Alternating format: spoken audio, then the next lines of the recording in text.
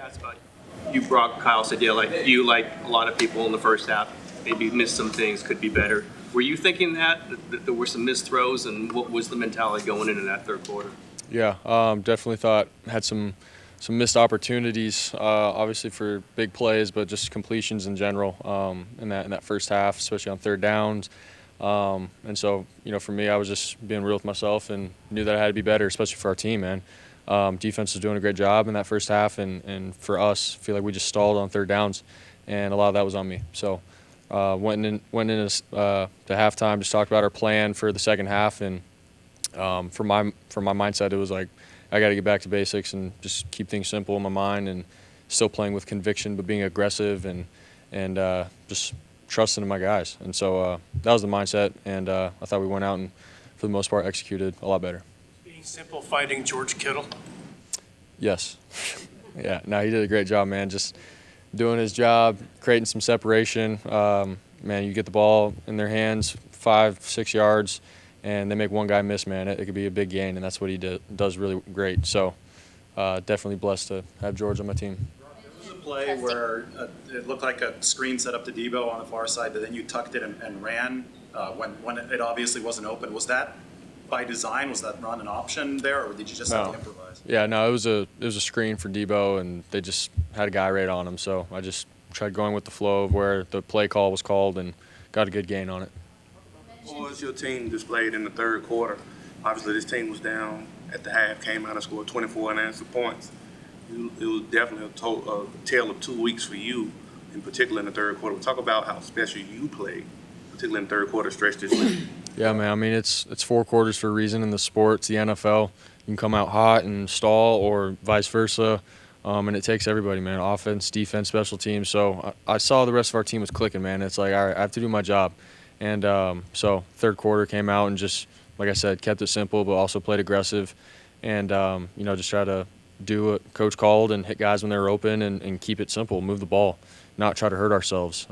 That first half, man, that was the main thing, is we had plenty of opportunities, but we just kept hurting ourselves. And so that was the mindset, and we were able to put up some points. So. It was long ago that you were a rookie. What's it like when you see a guy like Isaac have the game that he did tonight?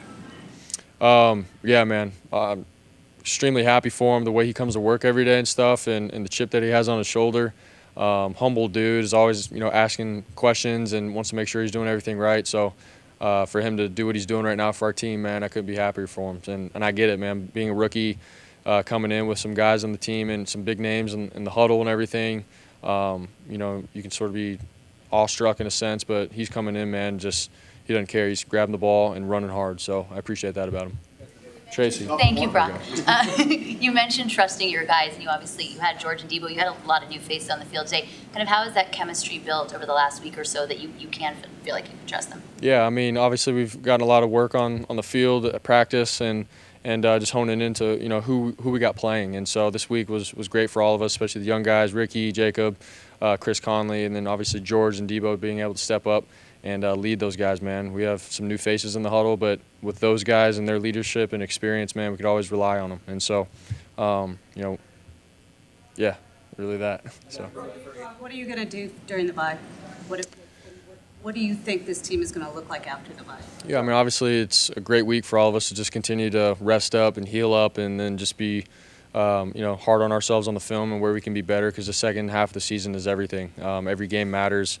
And it's the most important stretch. That obviously, you go back to the history of this place, like this is when it matters. And you put your head down, you don't look up to the end. So it'll be good for everyone to get healthy and be ready come Tampa Bay. And I think that's the main focus and point. So. You guys are looking for answers against man-to-man coverage. Are you finding that you're unaccounted for as a runner in those situations?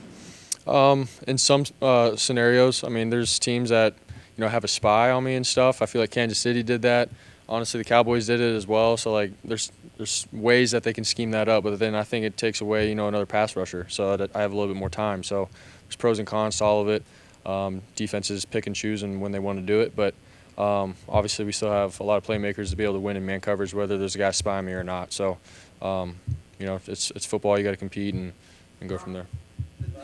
This team this year has really been next man up. So when guys like Isaac have a breakout game like we saw tonight, does that even surprise you guys, or you pretty much expect those kind of that kind of greatness to come out of players no matter where they are in the depth chart. Yeah, I think just going back to the guys that Kyle and John and our organization brings in, like they bring in guys that are gritty, have a standard for themselves. They come in and they're willing to do what the coaches ask, and they see other guys practicing and stuff, and they want to be great, and that's the standard here. So when you got some guys that go down, the next guy that comes in, man, has the right mentality. Jordan Mason, Isaac, and all these young guys, Ricky Pearsall, like you got guys that come in with the right mindset of continuing to chase greatness within our standard of our team, and so it doesn't surprise me at all. And we see how he works every day, and I'm really happy for him. Thanks, guys. Thanks.